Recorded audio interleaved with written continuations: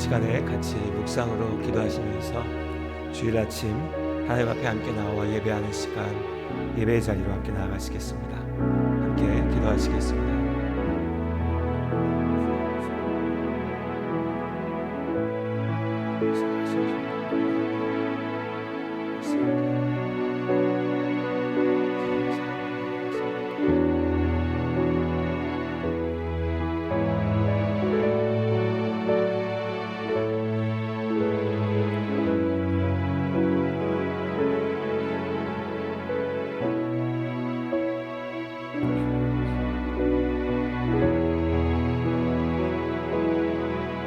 사랑하신 아버지 하나님, 오늘도 이 시간 우리가 주님 앞에 나와 예배케 하심을 감사합니다. 일상의 여러 가지 것들에 매여서 살던 시간들, 그 시간을 내려놓고 이 주일 주님 앞에 나와 예배함으로 우리의 삶의 방향과 목적을 기억합니다. 하나님 앞에 함께 서는 이 시간, 우리 각자가 하나님 앞에 진실함으로만 설 수 있게 하시고 영과 진리로 예배드림으로 하나님의 살아계심을, 나의 삶이 주님 안에 복됨을 기억하며 하나님의 위로와 주님 주시는 참된 평안을 누릴 귀한 시간이 될 수 있도록 예배의 모든 시간을 주님께서 주관하시고 지키시며 축복하여 주시옵소서. 함께 나아가는 예배의 모든 자리를 주님께만 맡기며 예수님의 이름으로 기도드립니다.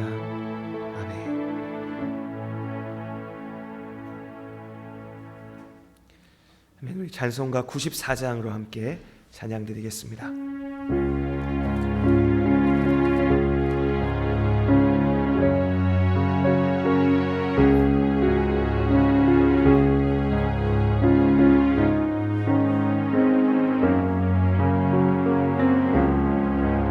주 예수보다 더 귀한 것은 없네. 세상 부귀와 바꿀 수 없네.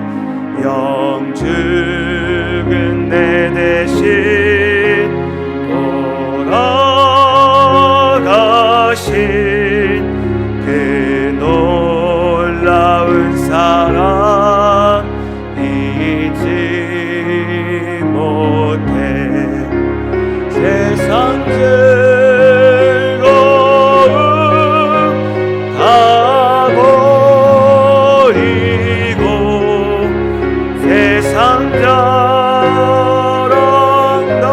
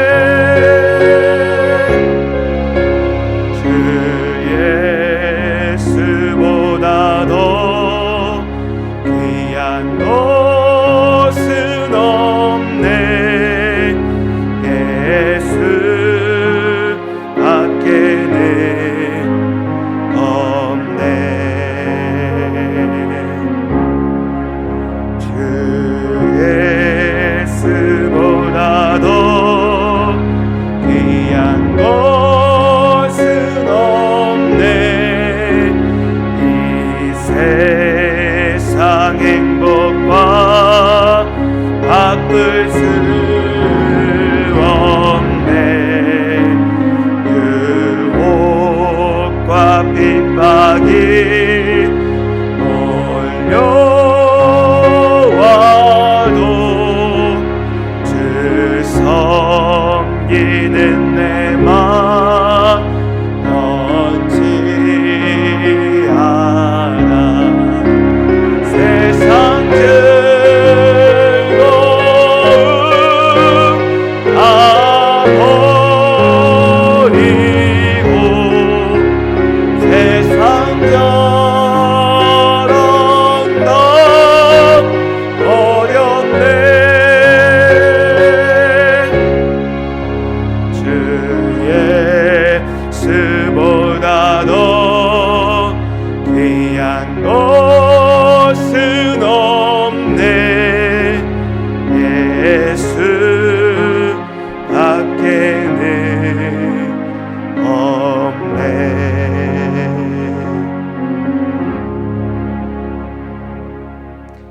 우리 교동문 128번을 함께 교독하시겠습니다.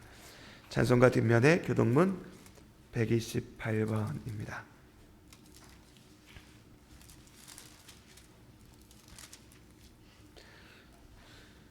부활절부터 이전의 40일을 우리가 흔히 사순절이라고 부릅니다. 교회에서 사순절의 절기로 지키는데요.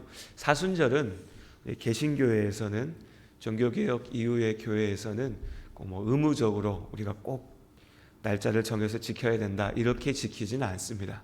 다만 부활절 이전의 40일 동안에 예수님의 복음의 사역을, 그리고 십자가의 길을 바라보며 나아가는 시간들을 사순절이라고 부르는 것입니다.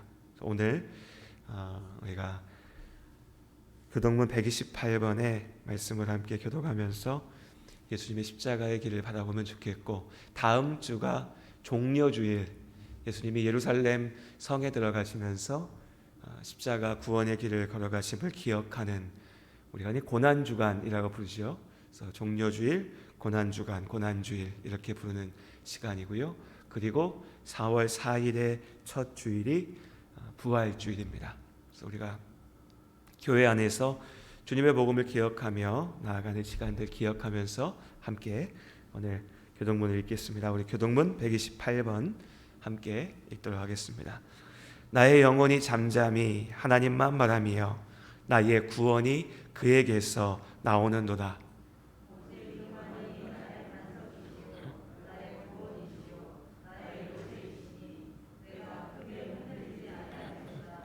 넘어지는 담과 흔들리는 울타리같이 사람을 죽이려고 너희가 일제히 공격하기를 언제까지 하려느냐.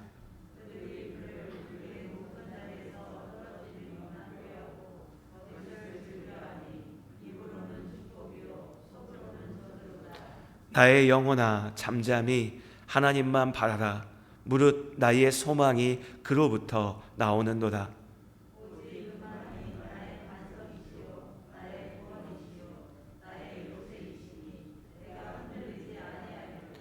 나의 구원과 영광이 하나님께 있으며 내 힘의 반석과 피난처도 하나님께 있도다. 백성들아 시시로 그를 의지하고 그의 앞에 마음을 도하라. 하나님은 우리의 피난처시로다. 아멘. 이 시간 사도신경으로 우리의 믿음을 하나님 앞에 함께 고백하시겠습니다. 전능하사 천지를 만드신 하나님 아버지를 내가 믿사오며 그 외아들 우리 주 예수 그리스도를 믿사오니 이는 성령으로 잉태하사 동정녀 마리아에게 나시고 본디오 빌라도에게 고난을 받으사 십자가에 못 박혀 죽으시고 장사한 지 사흘 만에 죽은 자 가운데서 다시 살아나시며 하늘에 오르사 전등하신 하나님 우편에 앉아 계시다가 저리로서 산자와 죽은 자를 심판하러 오시리라. 성령을 믿사오며 거룩한 공회와 성도가 서로 교통하는 것과 죄를 사하여 주시는 것과 몸이 다시 사는 것과 영원히 사는 것을 믿사옵나이다. 아멘.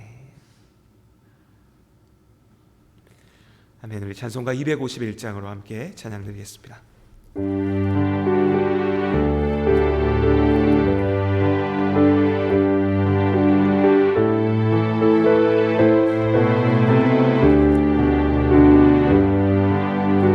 놀랍다 주님의 그 은혜, 우리의 죄를 속하시려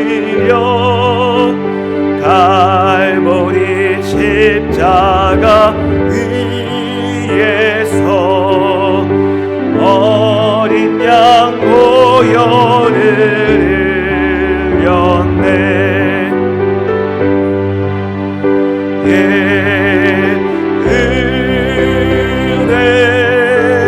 우리의 죄를 다시 섰네. 주의 은혜, 우리의 죄를 다시 섰네.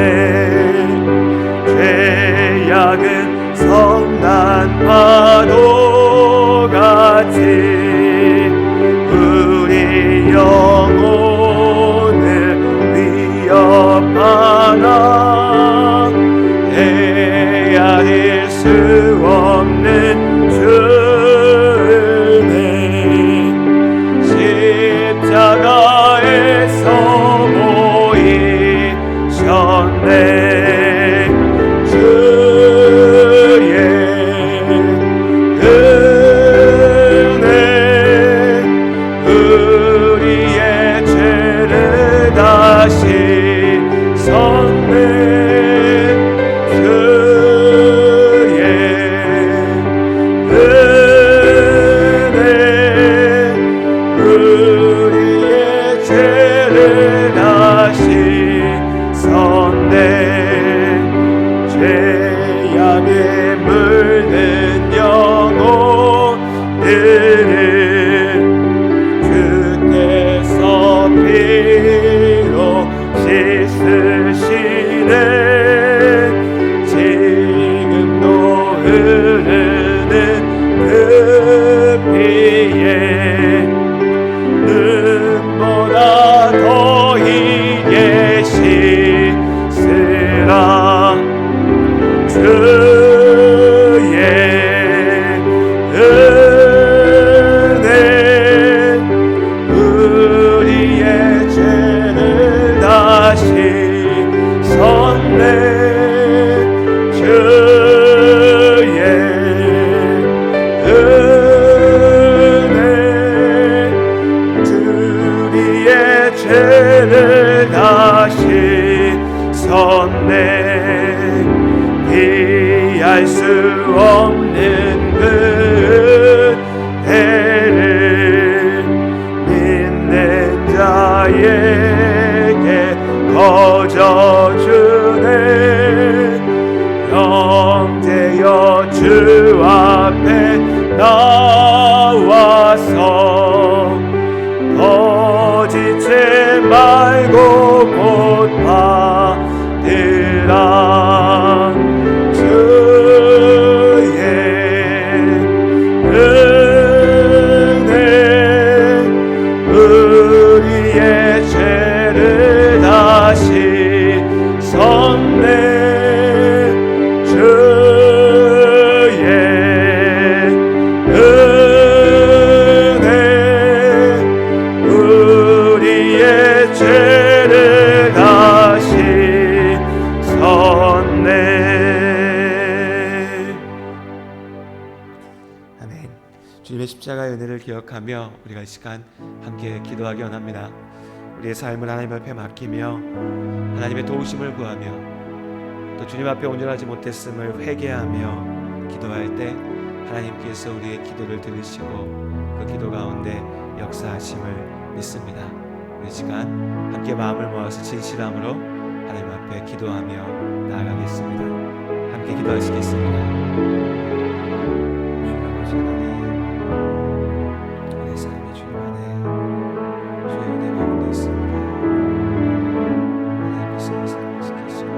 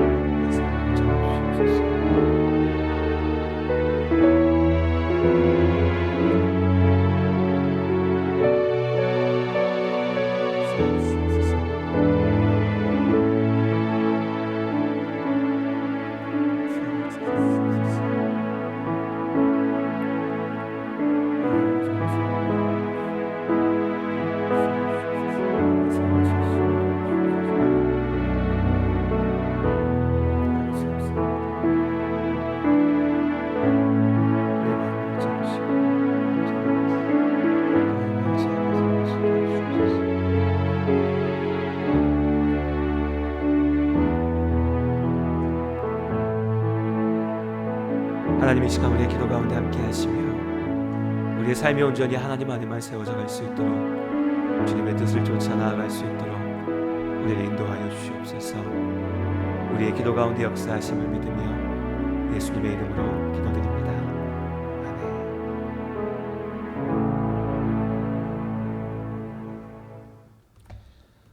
이 시간에 우리 다 같이 주기도문으로 기도드리신 이후에 최두옥 권사님께서 나오셔서 교회를 대표해서 예배를 위해서 기도해 주시고 이어서 김명자 집사님께서 하나님의 말씀을 읽어 주시겠습니다. 우리 같이 주기도문으로 기도드리겠습니다.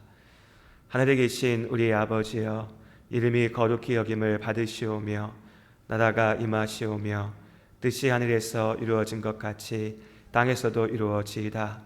오늘 우리에게 일용할 양식을 주시옵고 우리가 우리에게 죄 지은 자를 사하여 준 것 같이 우리 죄를 사하여 주시옵고 우리를 시험에 들게 하지 마시옵고 다만 악에서 구하시옵소서.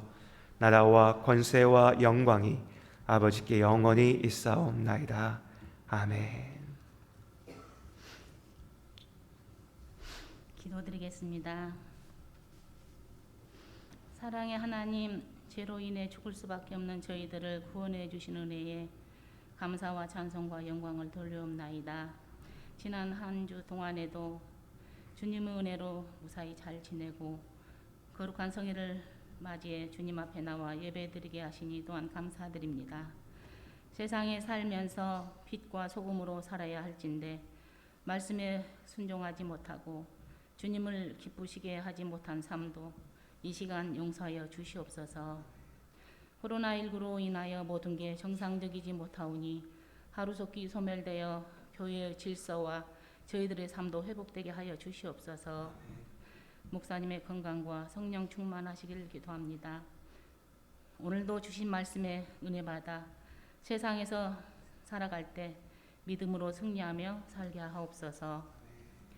성도들의 가정과 사업에도 주님의 크신 은혜가 함께 하시길 바라며 저들의 간절한 기도에 또한 응답하여 주시옵소서. 하나님 아버지, 지금 사순절 기간이며 다음 주일은 고난주간입니다. 저희들이 삶이 더욱더 성결하고 내가 거룩하니 너희도 거룩하라 하신 하나님 말씀처럼 저희들도 거룩하게 살게 하여 주시옵소서. 또한 이번 또 코로나19로 인하여 저희들이 집에 갇혀 있는 시간이 많사오니 이럴 때 저희들이 말씀을 더 가까이 하는 삶 살게 하여 주시옵소서. 길이요 진리요 생명 되신 우리 주 예수님의 이름으로 기도하옵나이다. 아멘.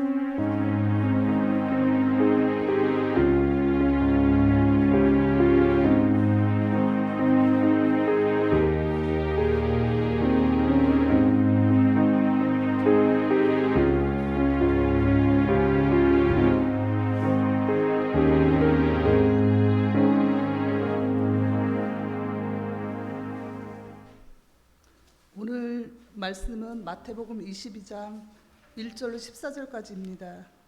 신약성경 37쪽에 있습니다.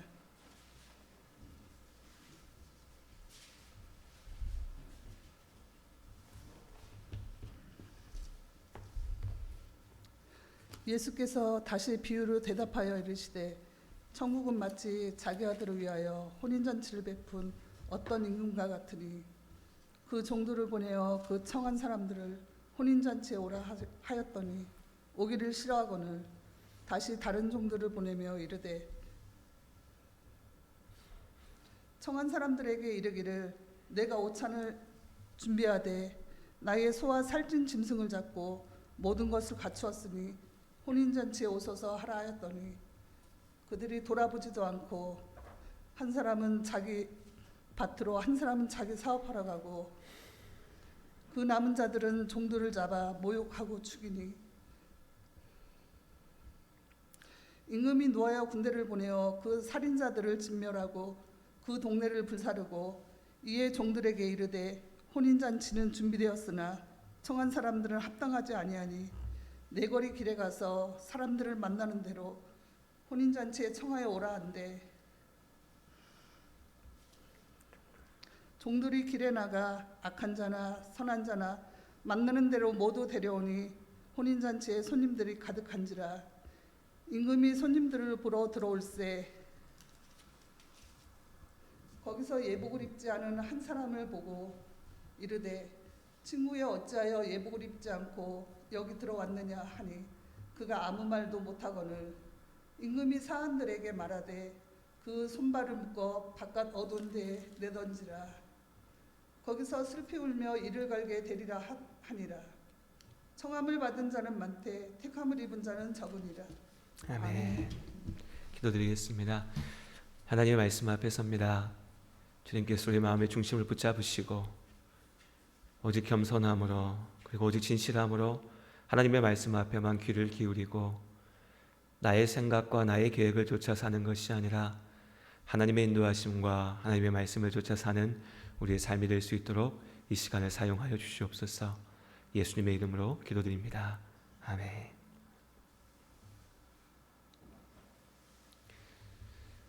지난 한 주간에 제가 우연찮게 사람의 몸에 대해서 이야기하는 두 가지 이야기를 듣게 됐습니다. 한 번은 어떤 의사 선생님을 만나서 이렇게 얘기를 하는데 이분이 다른 얘기하다가 귀에 사람이 소리를 듣게 되는 구조가 있거든요. 그거를 간단하게 이렇게 설명을 하셨어요. 의학적인 거 얘기한 시간 아니니까 그건 됐는데 그걸 설명하면서 이분이 얘기하는 결론은 뭐였냐면 사람이 이렇게 해서 소리를 듣게 되고 느끼게 되는데 참 하나님이 전능하신 하나님이 어쩜 이렇게 신비롭게 사람을 만들어 놓으셨는지 모르겠다라는 게 그분의 해석, 그분의 결론이었습니다. 그리고 또 하루 이틀 지나가지고 방송을 보다가요 암에 대해서 얘기하는 어떤 방송을 보게 됐습니다. 다들 아실 겁니다. 역시 의학적인 복잡한 얘기는 빼놓고요. 암이라고 하는 것이 단순하게 얘기하면 사람 몸에 세포가 있는데 그 세포 속에 염색체가 이상 반응을 보이는 거죠. 그래서 원래 같으면 세포가 시간이 지나면 이렇게 성장하고 반복되다가 없어져야 됩니다.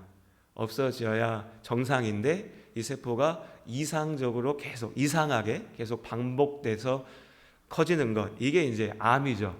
하여튼 그런데 염색체가 이상 작동하는 것, 이게 암이다라는 것을 얘기하면서 이 방송에 나온 전문가인지 이 사람이 하는 얘기는 신이, 하나님을 안 믿는 사람인 것 같으니까요, 신이 사람을 만들 때 좀 완벽하게 완전하게 만들어 놓았으면 좋았을 텐데 왜 이렇게 고장나게 만들어 놔가지고 몸이 고장나서 암이라는 게 생겨서 사람이 고통받을까라고 얘기하는 것을 보았습니다. 똑같이 사람의 몸을 가지고 얘기하는 거죠. 그런데 한쪽에서는 하나님이 어떻게 사람을 이렇게 멋지고 완전하게 만들었을까라고 찬양하는가 하면 한편에서는 왜 하필 이렇게 고장나게 만들어가지고 고통받게 되냐라고 불평하는 모습을 동시에 봤습니다. 그리고 우리도 또한 그런 모습으로 그런 시선으로 사람을 바라보죠. 우리 몸을 바라보기도 하고 우리 인생을 바라봅니다. 대상은 하나인데요. 몸 하나지 않습니까? 그 사람의 인생이라는 것도 똑같이 있죠. 그런데 어제 내가 내 인생을 봤을 때는 참 행복하고 멋진 인생인데 오늘 내가 내 삶을 바라보면 참 괴롭고 실패한 인생같이 보여지게 되는 거죠. 그럼 뭐가 옳은 것인가? 성경은 우리의 인생, 우리의 몸을 보고 하나의 진리를 말합니다. 그러니까 앞에 말씀드렸던 이 두 가지의 시선, 두 가지의 해석이 다 그 자체로는 맞는 얘기를 한 겁니다. 성경이 그렇게 얘기하죠. 하나님께서 우리를 완전하게 완벽한 모습으로 정말 우리가 이해할 수 없는 놀라운 신비로서 만드셨습니다. 그건 맞습니다. 그런데 그렇게 하나님께서 완전하게 만든 우리가, 사람이, 또 이 세상이 죄악으로 인하여서 타락하여지고 그래서 실패하여지고 그래서 결국에는 죽음 가운데 던져지게 됐다라고 하나님께서 우리에게 말씀하시죠. 그러니까 하나님을 알지 못하니까 그 사람이 잘못된 말을 한 게 아니라 실제 우리가 그렇습니다. 고장나 있는 거죠.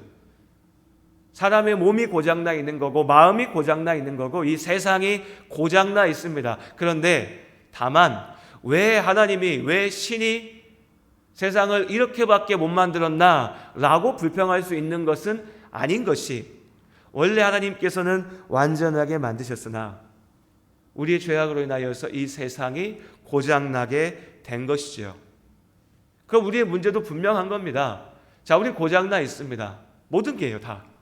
이 고장난 것을 고치지 못하면 문제는 계속되는 거죠. 누군가에겐 병일 수 있습니다. 내 몸이 어느 한 구석이 고장나서 나이가 들게 되는 것이고 병이 들게 되는 거고 죽게 되는 것일까요? 이것이 문제일 수 있습니다. 누군가에게는 자연재해가, 세상의 문제들이 아픔으로 올 수도 있죠. 사회 구조가 아픔일 수도 있습니다. 이 모든 문제의 본질은 우리가 고장나 있다는 겁니다. 그래서 당장에 이 문제를 해결한다 해도, 물론 그것도 중요하죠. 몸 아프면 고쳐야 되죠. 병원 가서. 내 마음이 아플 때 위로받아야 됩니다. 내 인생에 어떤 해결되지 않은 문제가 있다면 그게 어떤 문제든지 간에 사회적인 문제든 정치적인 문제든 고쳐야 됩니다. 하지만 그 눈앞에 있는 문제가 해결되는 것만 가지고서는 이 원래의 문제는 해결되지 않는다는 거죠. 원래의 그 고장난, 우리의 그 고장난 그 상태 말이죠. 아마 뉴스를 좀 관심 있게 보신 분들은 다 들으셨겠지만, 지난주에 제가 봤던 뉴스 중에 가장 가슴 아팠던 소식은 우리 옆 동네라서 더 그랬던 것 같아요. 전주의 한 초등학교 앞에서 11살 난 아이가 교통사고가 나서 세상을 떠나는 일이 있었습니다. 참 속상하더라고요. 아마 제가 또 그 또래 자녀가 있으니까 더 좀 뭐랄까요, 감정을 이입할 수 있어서 더 그렇게 느껴졌는지도 모르겠는데, 정말 남의 일 같지 않다는 생각을 하게 됐습니다. 참 그 운전사가, 아마 트럭 운전하는 사람이 부주의하게 운전하다가 아이를 친 것 같은데 원망스럽기도 하고 부모 마음이 이해가 되니까 참 슬프고 답답하기도 하고, 아마 우리 성도님들도 뭐 그 뉴스 보셨던 분들은 같은 마음이셨을 거고 죄송합니다. 그 뉴스를 보셨던 분들은 같은 마음이셨을 거고, 혹시 뉴스 지금 들으신 분들도 아마 그러실 겁니다. 그런 슬픈 소식이 있었나. 그리고 그 아이와 부모는 참 불쌍하다는 생각도 우리가 할 수도 있습니다. 뭐 그 슬픔, 아픔을 누가 다 짐작할 수 있겠습니까? 그런데 또 가만 생각해 보면, 자, 그럼 나는 괜찮고 그런 사건이 있었으니까, 그런 사고가 있었으니까 그 아이, 정말 너무 안타깝지만 어린 나이에 세상을 떠난 그 아이, 또 그렇게 자녀를 떠나보낸 부모는 그들만 슬픈 거고 그들만 실패한 건가? 우리 흔히 그렇게 얘기하지 않습니까? 인생에 어떤 어려움이 닥쳐오면 자녀를 먼저 보내면 그 사람 인생은 슬픔과 괴로움, 실패한 인생이네. 몸이 아프면, 질병에 걸려서 몸이 아프면, 장애가 있으면 그 사람 인생은 참 괴로운 거고 슬픈 거네. 뭔가 우리 뜻대로 되지 않으면 그 사람의 인생이 실패하고 망했다라고 얘기하죠. 그런데 정말 그럴까요? 그 사람만 아프고 슬픈 걸까요? 10살 난 아이가 정말 아무도 예상하지 못한 사고로 세상을 떠났습니다. 슬픈 일일까요? 그렇죠. 슬픈 일입니다. 너무 슬픈 일이죠. 그 부모에게는 더더군다나 말할 나이도 없이 슬픈 일이겠죠. 그럼 20살 아이는 어떨까요? 아이라고 할 수도 없죠. 20살이 되면 청년이죠. 하지만 부모 입장에서 벌써 똑같을 겁니다. 30살의 죽음은 좀 덜 슬플까요? 40살은요. 더 올라가세요. 60이 되시면, 우리 성도님들 60 되시면, 이제 내가 인생 살 만큼 살았으니까 세상 떠나도 여한이 없어. 정말요? 정말 그러십니까? 아직 제가 그 나이는 안 돼봤는데 그러지 않을 것 같습니다. 80 되시면 주변에서는 그러죠. 저분은 그래도 장수하셨어, 복 받으셨어. 그 당사자가 돼도 그런 말이 그렇게 쉽게 나올까요? 그럴 것 같지 않습니다. 그런 생각 해봤습니다. 이 뉴스 보고 나서, 내가 100살이 됐는데 내 자녀가 이제 80이 됐는데, 그럼 80 되신 분 우리가 돌아가실 수 있잖아요. 충분히요. 그럼 나는 100살이 넘었는데 80이 된 내 자녀가 먼저 세상을 떠나면 내 마음은 어떨까? 괜찮을까요, 여러분? 괜찮을지 않을 것 같습니다. 11살 난 아이가 떠나니까 괴롭고 80 된 아들이 떠나면은 너도 인생 살 만큼 살았으니까 괜찮아. 그럴 것 같지 않습니다. 물론 받아들이는 모습, 우리의 마음, 이해하는 것은 다 다르겠지만 본질은 똑같죠. 너무나 슬플 겁니다. 너무나 괴로울 거고 너무나 아플 겁니다. 베드로후서 3장의 말씀에 사랑하는 자들아 죽기에는 하루가 1000년 같고 하루가 1000년이 하루 같다는 이 한 가지를 잊지 말라. 시간이라는 게 하나님 앞에서는 부질없는 것일 수 있다는 거죠. 그럼 이렇게 바꿔보면 어떨까요, 여러분? 아침에 죽는 것이 저녁에 죽는 것보다 더 괴로운 일입니까? 내가 오늘 죽는데 선택할 수 있다면 아침에 죽기보다 저녁에 죽겠습니다 라고 하는 게, 그렇게 해서 저녁에 죽을 수 있다면 그게 더 행복한 일일까요?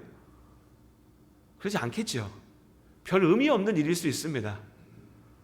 결국 우리 모두가 이 죽음이라고 하는 벽 앞에 서 있으니까요. 본질은 우리가 이 문제를 어떻게 이겨낼까라는 걸 겁니다.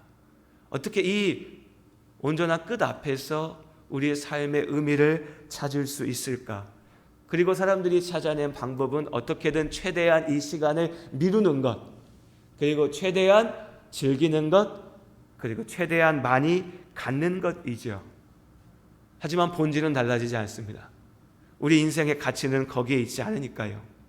중요한 것은 뭐냐면 어떤 하루가, 어떤 1000년이 나를 살리는 길인가, 어떤 하루가, 어떤 1000년이 나의 삶을 온전히 세우는 일인가 라는 거죠. 11년인가 80년인가 100년인가가 중요한 게 아니라 그 시간들 속에 내가 어떻게 내 인생의 가치를 세워가는가. 그리고 이 문제를 하나님 앞에서 들었으니 이제 그 답도 하나님 앞에서 찾아야 되는 겁니다.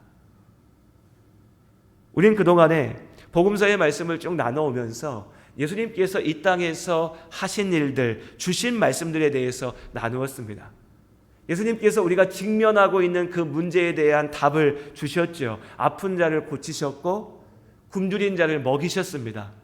무너진 관계를 회복시키셨고요. 사람들에게 욕먹어서 괴로워하던 사람을 위로하셨습니다.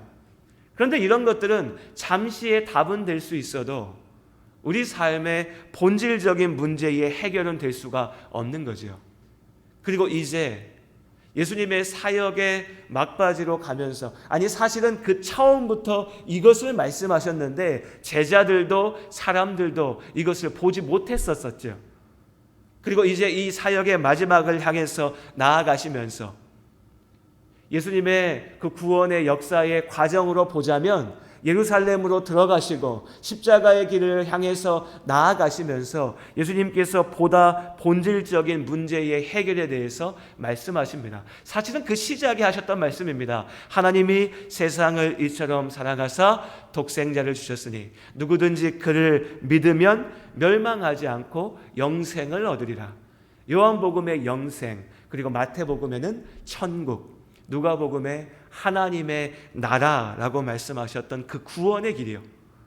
죄악을 이기고 우리의 온전함을 회복하는 그것, 하나님의 구원의 계획에 대해서 말씀하시는 거죠. 그리고 오늘도 비유를 통하여서 한 가지 우리에게 하나님의 나라에 대해서 말씀하십니다. 이야기는 단순합니다. 한 사람이 잔치를 베풀었습니다. 종들을 보내서 그 잔치에 많은 사람들을 초대했습니다. 그런데 이 사람들이 오지 않습니다.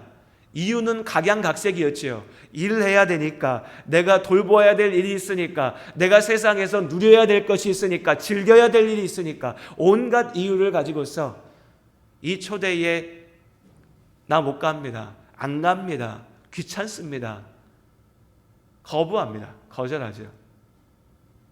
그리고 이 주인이 이제 오지 않는다는 이 사람들을 버려두고 다른 이들을 부릅니다. 이제 이들은 원래대로 한다면 초대받을 만한 자격이 없는 그런 사람들이었지요. 가난한 자, 몸이 불편한 자, 앞을 보지 못하는 자, 저는 자. 우리한테는 세상에 그냥 불쌍한 사람 얘기하나 보다 이렇게 보일 수 있지만요, 이 하나하나의 모습들이 구약의 말씀에 비춰보면 하나님 앞에 부정하다라고 여겨졌던 사람들입니다. 자격이 없는 거죠. 그런데 그들을 하나님이 부르십니다. 이 부르심을 받고 이제 이 사람들이 이 잔치자리 가운데 나아옵니다. 그리고 그 잔치의 모든 좋은 것들을 누리게 되는 거죠. 그리고 그 잔치에는 처음에 초대받았던 사람들, 그러나 귀찮다는 이유로, 즐길 것들이 많다는 이유로, 내가 바쁘다는 이유로 부르심에 답하지 않았던 사람들의 자리는 없었습니다. 어렵지 않은 비유죠. 우리가 다 알고 있는 이야기입니다. 오늘 이 비유에 초대하는 주인은 하나님이시죠. 그리고 처음에 초대받았던 사람들은 이스라엘. 좀 더 구체적으로 본문의 말씀에 들어가면 예수님을 바라보면서 예수님이 하시는 일들을 보면서 왜 당신은 우리가 하는 일에 반대하냐? 왜 당신은 저 죄인들과 함께하냐? 왜 당신은 하나님의 율법을 우리가 지키는 것처럼 지키지 않고 자유함으로 기쁨으로 나아가냐? 라고 불평하며 원망하며 손가락질했던 그 바리새인들을 이야기하죠. 그들은 예수님의 구원의 부르심을 부정합니다. 거부하죠. 내가 생각하는 방식으로, 내가 원하는 모습으로, 내가 걸어가는 길을 통해서 하나님 앞에 가겠다라고 자신을 내세웁니다. 그리고 예수님을 조롱하죠. 하나님을 조롱하는 겁니다. 이제 하나님께서 예수 그리스도의 복음을 통하여서 거리 가운데 모든 사람들을 초대하십니다. 말 그대로 병든 자, 버림받은 자, 죄악 가운데 있었던 사람들, 하나님 앞에 당당하게 내가 의롭다라고 얘기하지 못하는 사람들, 내 인생 내가 성공하겠다고 자신할 수 없는 그런 사람들이죠. 그들을 부르셨습니다. 그리고 그들은 이 부르심 앞에 답하고 하나님의 나라 가운데 있게 됩니다. 오늘 이 비유에서 우리가 볼 수 있는 건요, 딱 두 가지입니다. 하나는요, 하나님께서 우리 모두를 부르신다는 겁니다. 지금도 이 부르심은 계속되고 있습니다. 예수 그리스도의 십자가의 복음으로 하나님께서 우리를 구원하기를 원하십니다. 앞에 말씀드렸죠. 왜 신이 우리를 이렇게 만들어서 우리를 이렇게 괴롭게 하냐? 왜 몸이 병들게 하냐? 왜 세상이 이 모양으로 돌아가게 하냐? 왜 저렇게 악도가 인간들 때문에 내가 괴로움받게 하냐? 이 불평, 이 원망에 대한 하나님의 답은 내가 너를 구원하겠다라는 겁니다. 내가 너를 구하겠다. 내가 너를 건지겠다. 내가 너를 온전하게 살게 하겠다. 하나님, 왜 내가 암에 걸려서 괴로움받게 하십니까? 그래, 네 육신이 아파서 괴롭지. 내가 그런데 그 고통 가운데 너를 버려두는 게 아니라 너를 고칠 거다. 내가 너를 살릴 거다. 내가 너를 위로할 거고 내가 너와 함께 하겠다. 하나님께서 모든 사람을 부르십니다. 그런데 또한 우리가 두 번째로 기억해야 될 건 뭐냐면요, 하나님께서 모든 사람을 부르셨는데 모든 사람이 이 부르심 앞에 답하지는 않는다는 겁니다. 모든 사람을 부르셨습니다. 하나님은 모든 사람을 사랑하셨기에 그 모든 사람을 부르셨죠. 그러나 부르심을 받은 사람들 가운데 답하지 않는 사람들이 있다는 겁니다. 그리고 그렇게 답하지 않은 사람들은 하나님 앞에서 버려지는 것이죠. 분명하게 버려집니다. 오늘 비유의 말씀에 보면 무섭죠. 아니, 초대했는데 그 초대에 응하지 않았다고 막 군대를 보내서 죽인다고 하니까요. 붙잡아서 묶어서 어둠 가운데 던져버린다고 하니까요. 무섭죠. 아니, 초대받은 거 좀 안 갈 수도 있지. 우리 누가 초대했는데 꼭 가지 않을 수 있는 거 아닙니까? 살다 보면. 그렇죠? 살다 보면 우리의 일은 그렇습니다. 그러나 오늘 하나님께서 부르시는 이 부르심은 그렇게 적당히 넘어갈 수 있는 문제가 아니라는 거죠. 그런데 사람들이 이걸 착각합니다. 하나님의 이 온전한 부르심, 우리가 절대로 놓쳐서는 안 되는 이 부르심에 대해서는 내가 그냥 스스로 여유 있게 대답합니다. 나중에 해도 되지 뭐. 기회 많은데, 시간 많은데 뭐 꼭 가야 돼? 꼭 그 하나님밖에 답이 없어? 다른 데도 길이 있는 거 아니야? 내가 한번 찾아볼게. 잔치집이 거기밖에 없나? 다른 곳에도 잔치집 많을 것 같은데, 저기 가서도 내가 누릴 수 있을 것 같고, 여기서도 뭔가 성공할 수 있을 것 같은데, 이렇게 피해가죠. 그러면서 다른 데서 길을 찾으려고 합니다. 그래서 정작 우리가 가지 않아도 되는, 중요하지 않은, 우리의 인생을 결정짓지 않는 그런 초대에는 정말 내 인생을 걸고 답하려고 합니다. 어떻게든 가려고 하죠. 세상 사람들의 시선, 세상에서의 평가, 나의 욕심, 거기에는 막 목을 맵니다. 여러분, 세상 사람들이 나 욕하면 내 인생이 실패합니까? 누군가가 나를 조롱하고 비아냥대고 실패했다라고 하면 내 인생이 실패하는 건가요? 전혀 그렇지 않습니다. 전혀요. 전혀. 그 사람이나 나나 똑같은 겁니다. 그런데 우리는 하나님의 부르심 앞에는 너무나 게으르고, 세상의 꾀임 앞에서는, 세상의 소리 앞에서는 너무나 예민하죠. 그렇게 실패하는 겁니다. 그런데 그 결과는 정반대죠. 세상의 부름 앞에 우리가 답하지 않는다고 우리한테 닥쳐올 문제 없습니다. 아무것도 아닙니다.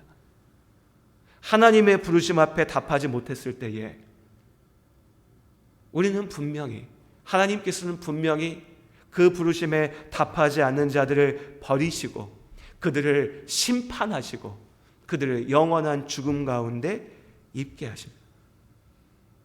그럼 우리는 어떻게 해야 될까요? 너무 단순하죠. 너무 쉽습니다. 하나님의 부르심 앞에 답해야 됩니다. 주님의 부르심 앞에 아멘으로 답해야 됩니다. 나를 부르신 주님의 그 부르심이 얼마나 귀한 것임을 기억하며 믿음으로 우리의 삶을 그 말씀 앞에, 그 부르심 앞에 세워가야 되는 것이죠.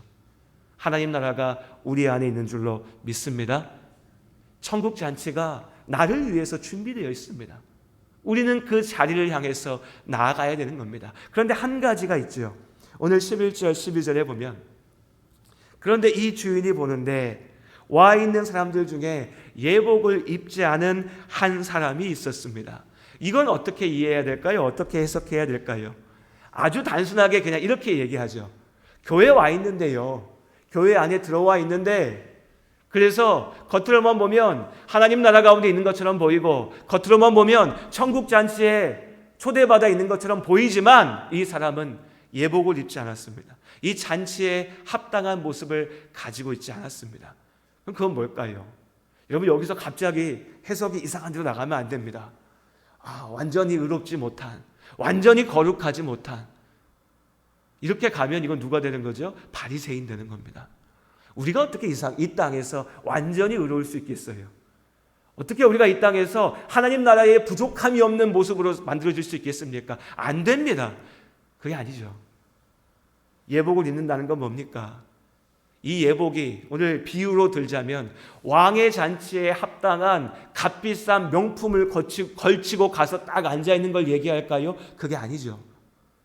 그게 아니라 내가 준비할 수 있는, 내가 할 수 있는 최고의 멋짐을 가지고서, 최고의 아름다움을 가지고서 나아가는 겁니다. 그것이 초대해준 주인에 대한 나의 합당한 도리이니까요. 우리의 모습으로 돌이켜보자면 믿음입니다. 믿음.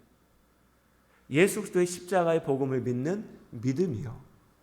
그 믿음을 가지고서 있을 때에 비로소 그 잔치에 참여할 자격이 있는 것이고, 그 믿음에 합당한 대로 내 삶의 열매를 가지고서 하나님 앞에 섰을 때에 그 열매의 모습이 100달란트든 10달란트든 세상에 봤을 때 완전하든 부족하든지 간에 나의 믿음으로, 그 믿음에 합당한 삶으로 하나님 앞에 나아갈 때 하나님께서 우리를 받으신다는 거죠. 그러나 누군가가 그저 잔치자리에 내 몸만 덜컥 가가지고 전혀 준비되어 있지 않는 모습으로 앉아있다 해서 그가 이 잔치에 참여할 수는 없다는 겁니다. 교회 안에만 있다고 다 되는 게 아니라는 거죠. 내가 예수 그리스도의 십자가의 부르심, 그 복음의 구원의 열쇠를 믿음으로 하나님 앞에 서야 된다는 겁니다. 오늘 마지막으로 참 마음에 무겁게 다가오는 한 말씀이 뭐냐면 14절 말씀입니다. 14절 말씀 우리 함께 읽겠습니다. 우리 14절 함께 읽겠습니다. 청함을 받는 자는 많되 택함을 입은 자는 적으니라. 다시 한번 읽어볼까요? 청함을 받은 자는 많되 택함을 입은 자는 적으니라. 어렵지 않은 구절이죠. 여러분, 이 한 구절 우리가 이 한 주일 동안에 가슴에 한번 기억하고 묵상해 봤으면 좋겠습니다. 어딜 가나 교회가 있고 어디서나 복음을 들을 수 있는 그런 시대입니다. 하나님께서는 참 여러 사람들을 통해서 여러 방법을 통해서 우리를 부르십니다. 하지만 하나님의 자녀, 하나님의 나라의 그 참된 축복을 누릴 수 있는 하나님의 자녀는 많지가 않습니다. 지금 우리 삶을 지켜가는 것 중요합니다. 그렇죠? 내 삶의 건강을 지키는 것 중요하고요. 우리 가정을 지키는 것 중요합니다. 열심히 일해서 먹고 사는 것도 중요하고요. 세상의 즐길 거리들을 누리고 즐기는 것도 필요합니다. 하지만 이 모든 것들이 본질이 아님을 우리가 분명히 기억해야 됩니다. 내가 하나님의 나라 가운데 온전히 있지 못하면 이 땅의 모든 것들은요, 잠시의 헛됨에 지나지 않습니다. 하나님께서 우리를 지금 이 자리 예배 가운데 또한 나아가 하나님의 나라 가운데 부르심을 믿습니다. 모양은 다르지만 하나님께서 우리 각 사람을 부르셨습니다. 하나님 나라의 그 천국 잔치 가운데 있게 하셨습니다. 우리가 믿음으로 아멘으로 대답했기에 하나님의 나라 가운데 있습니다. 그 하나님의 나라의 자녀로서 준비된 자의 합당한 모습으로서 그 잔치를 즐거워하며 기뻐하며 또한 합당한 모습을 지켜가며 나아가는 우리의 삶이 될 수 있기를 원합니다. 간절히 바라기는 지금 이 시간 우리의 눈으로 볼 때 우리 모두가 택함 받은 자리에 있습니다. 이 택함 받은 자의 자리를 주님 나라 가는 그날까지, 하나님의 나라가 완전히 이루어지는 그날까지 변치 않고 지켜가시기를 주님의 이름으로 축복합니다. 기도하시겠습니다.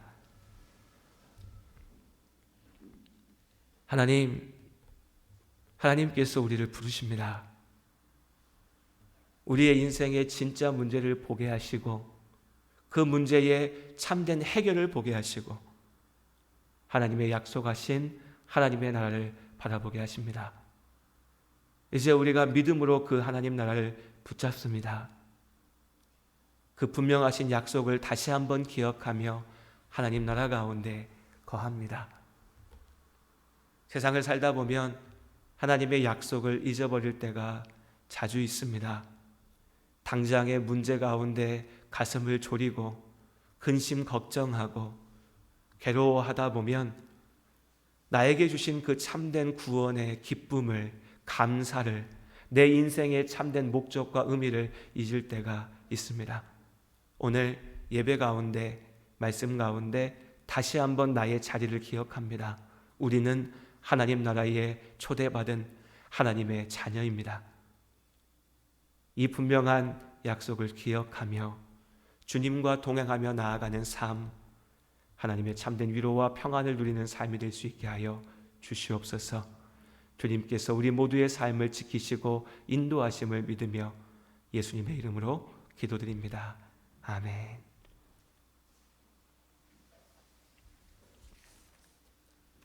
아멘. 우리 찬송가 324장으로 함께 찬양드리겠습니다.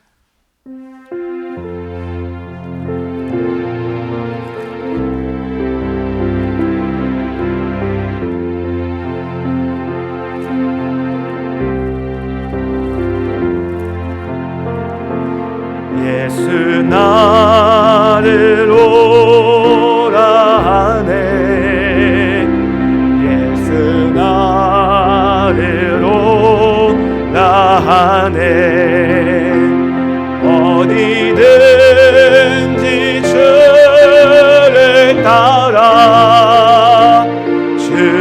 주와 같이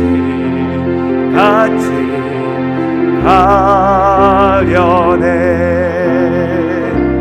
주의 인도하심 따라 주의 인도하심 따라 어디든지 주를 따라 주와 같이 가려네. 겟세마네 동산까지 주와 함께 가려 하네. 피땀 흘린 동산까지 주와 함께 가려네. 주의 인도하심 따라 주의 인도하심 따라 어디든지 주를 따라 주와 같이 가려네. 심판하실 자리까지 주와 함께 가려 하네. 심판하실 자리까지 주와 함께 가려네. 주의 인도하심 따라 주의 인도하심 따라 어디든지 주를 따라 주와 같이 가려네. 주가 크신 은혜 내려 나를 항상 돌보시고 크신 영광 보여주며 나와 함께 가시네. 주의 인도하심 따라 주의 인도하심 따라 어디든지 주를 따라 주와 같이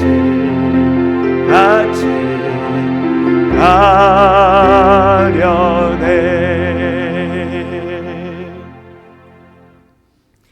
아멘. 교회 소식은 주보를 참고해 주시면 좋을 것 같고요. 네, 특별한 다른 광고 내용은 이번 주는 없습니다. 우리 계속해서 하나님 안에서 우리의 믿음을 지켜가는 시간들, 우리의 자리를 은혜 가운데 잘 지켜갈 수 있기를 바랍니다. 우리 앞뒤 옆에 계신 분들 인사 한번 나누실까요? 반갑습니다. 사랑합니다. 반갑습니다. 감사합니다. 하나님의 은혜 안에 보내는 하루입니다. 네, 봄이라서 날씨가 많이 따뜻해졌나 했더니 어제 오늘은 또 좀 그래도 쌀쌀한 것 같아요. 그래서 어쨌든 또 지나가죠. 봄이 옵니다.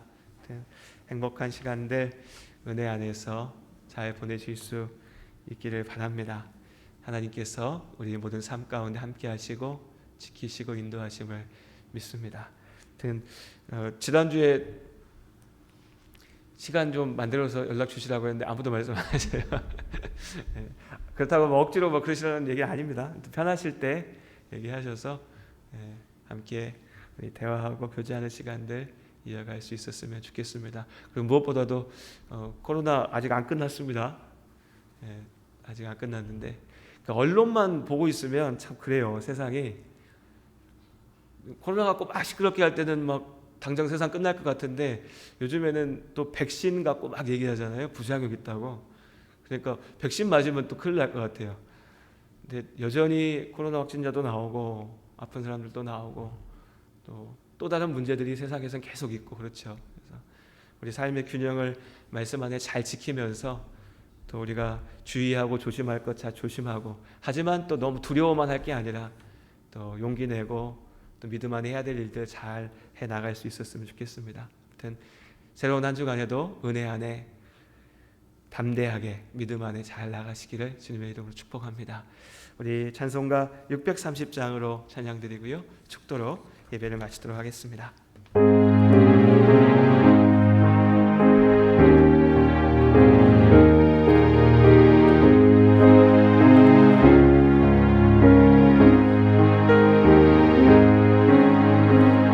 진리와 생명 되신 주 이 몸을 바치옵니다.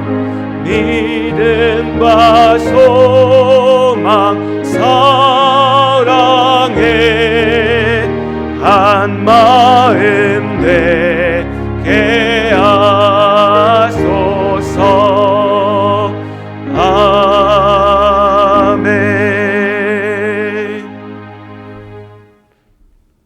이제는 우리 주 예수 그리스도의 크신 은혜와 아버지 하나님의 한없는 사랑하심과 성령님의 역사하시고 교통하심이 하나님 나라의 자녀로 믿음 안에 나아가는 우리 모든 성도님들의 삶 가운데 축복으로 주신 가정 위에 그리고 우리가 함께 지켜가는 우리 예담 교회 위에 이제부터 영원토록 함께 하시기를 축원하옵나이다. 아멘.